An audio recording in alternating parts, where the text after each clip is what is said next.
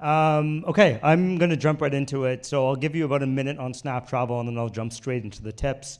So very briefly, we believe that commerce is changing. People start on desktop, they move to mobile. Now we believe it's conversational. At a high level, commerce should be as simple as chatting with a friend. You should be able to pick up your phone. You all spend time on your messaging apps all day, probably every day. In the same way you message a friend, you should be able to message to get things done. You should be able to message businesses, and you should be able to message to buy something. So at SnapTravel, we focus specifically right now on just hotels. We've driven over 100 million in sales just over messaging.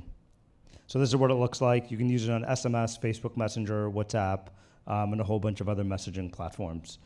So we've raised over 20 million to date, and I'm going to jump into my 7 tips for fundraising success. So number 1, the chart should always be up and to the right. So whatever number that is, whether it be sales, whether it be customers, whether it be activations, whether it be daily usage, any number that's really important for your company, for your market, for your industry, you want that number to be there. You always want to track that number. You want that number to be up and to the right. You want to create some FOMO. Number 2, look like you don't need the money. The best way to look like you don't need the money is to actually not need the money. So if you can prove that with the money you have, the business is becoming more and more profitable, your take rate's going up, your metrics are going up and to the right. It's like, we don't need your money, we could take it, and if we took your money, this is what we do, but we don't actually need it. And obviously the best way to look like you don't need it is to not actually need it. So up and to the right on the most important metric, and don't need the money. Number 3 is to build relationships over time. In all the fundraisers we've done, I have known the person or someone at the firm over a long period of time. I find it very unusual and odd and rare that you're going to meet someone, you're going to have a coffee, you're going to meet them again a week later, and they're just going to write you a big check. It's probably going to be a relationship that you develop over time. So take time, get to know these people over months, over quarters. Even if they say no the first time and say no the second time, build that relationship, keep coming back, and maybe the third or the fourth time, that's when you're going to be able to make something happen. Okay, getting into a bit more of the specifics. The amount raised often determines the valuation. Now, the reason is because a lot of these firms have a certain percentage stake of the company that they want. These firms say, oh, typically we want 15 to 20% of the company. So if you go around and you say, hey, I want to raise $1 million, they do a bit of math. They say, okay, we're going to value you at $4 million. If you go and you say you want $2 million, they're going to do the math and say, hey, maybe this company is worth about 7 to 8 million, right? So it's kind of interesting how this happens, and that the more money you ask for, you'll see that your valuation actually goes up. Now, the tricky part about asking for too much money is if you ask for too much money off the bat, then they get scared. So what you need to do is you have to start small and then go big. So when you're having these investor meetings, you typically want to start with a smaller, more manageable amount. If you go meet an investor and you say, oh, I'm going to raise $100 million, they're going to be like, get out of here. This is, the check size is too big. You're obviously not worth that much. We can't write that big of a check. So you start small. And then once you have multiple investors and multiple bidders, that's when you're able to ask for more money, increase the valuation, and eventually get the amount of money you're raising. This one's going to be a controversial one. So, I would like to say that in most cases, you should be going straight to the partners at the firm who make the decisions, as opposed to the analysts and the associates. Now, no disrespect to the analysts and the associates out here. I'm going to give you my real life example from all the raises I've done. I've spent a lot of time speaking with analysts and associates who are great, and I spend hours talking to them and sending them data and going back and forth and having conversations and having coffees, and then they loop in a partner, and within 5 minutes, the partner has some preconceived bias, or they have some industry insight, or they have something, and they make that decision not to invest. And you've wasted a ton of time doing that. I'm not saying not to talk to analysts and associates at all, but the sooner you can loop in the partner, if you can have an initial call with the partner, even for 15 minutes, just to get an idea, like, do they like travel? Do they like messaging?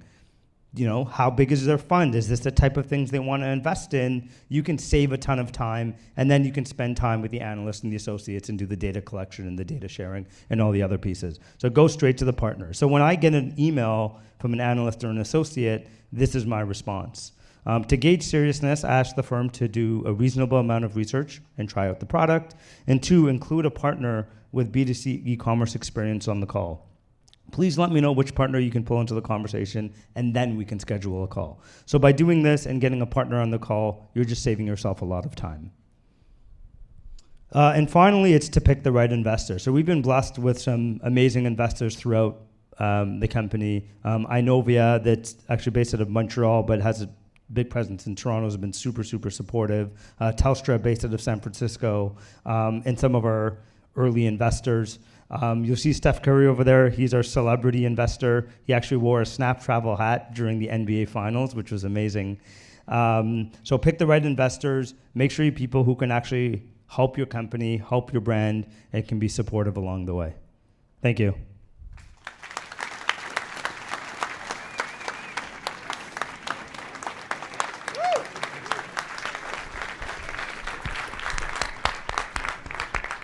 Questions? I have one. Can we get Steph Curry to come present with you next time? It's hard to get his time. Can you tell us a little bit more about the role of having a celebrity investor and what that's meant for raising subsequent rounds or growth? Yeah, so Steph's been great on the consumer side, on the B2C side. So for a lot of people, I mean, they only travel 1 or 2 times a year. They've never heard of SnapTravel. They've obviously heard of some of the other bigger players. So they Google, is SnapTravel legit? Should I book my hotel on SnapTravel? And when they see Steph Curry's name pop up, that adds legitimacy. So that helps on the consumer side. He makes posts on Facebook, on Instagram, on Twitter. He wears a SnapTravel hat. All that stuff's good. But what's more interesting is on the business development and the fundraising side. If I reach out to any investor in the Valley and I say Steph Curry's an investor, it instantly gets their attention because obviously they love him there, right? When we're doing business development in China, when we're talking to Ctrip and Alibaba and Tencent, and we say Steph Curry is an investor in the company, it opens doors and gets us meetings that we otherwise wouldn't be able to get. Yep.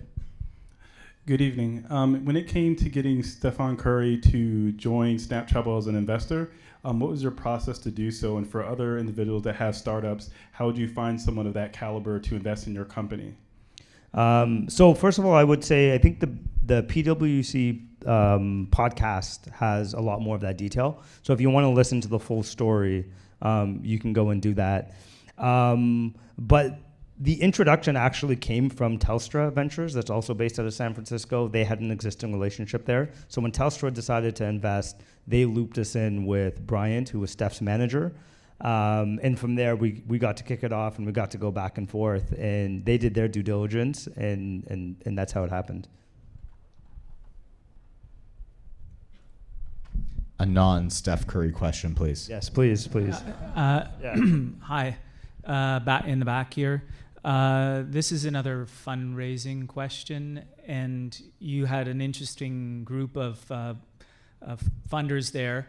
And how do you obviously the first one you get, then the second one is easier and all that sort of stuff. But is there anything more than just sort of opening up the VC phone book and start trying to meet them and working through it and that sort of stuff? Yeah, that's a good question. You're right. Once you get one, all the others come. So the hard part of fundraising is not finding investors, it's finding the lead investor. It's to find that investor who's going to say, like, yeah, I'm going to write that first check. Once you have an investor who's going to write the first check, the rest kind of come. I think it's just a lot of the things I said. I mean, at the end of the day, if you're building a good company that's a high growth company with good unit economics, you'll end up attracting the right investors. I also spend a lot of time networking. I spend a lot of time in the Valley. I've spent a lot of time in New York, getting introductions from entrepreneurs. So it's a combination of networking as well as just having a big and solid company. One last question.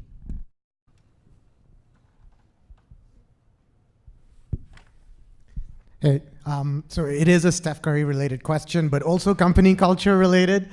Did you guys watch the finals together as a company, and how conflicted were you? Yeah, I was very conflicted, but I've been a Raptor fan for 25 years, and when Steph made the investment, I told him I'm going to continue to be a Raptor fan, and he got it. He was down. Thank you Go so Raps! much.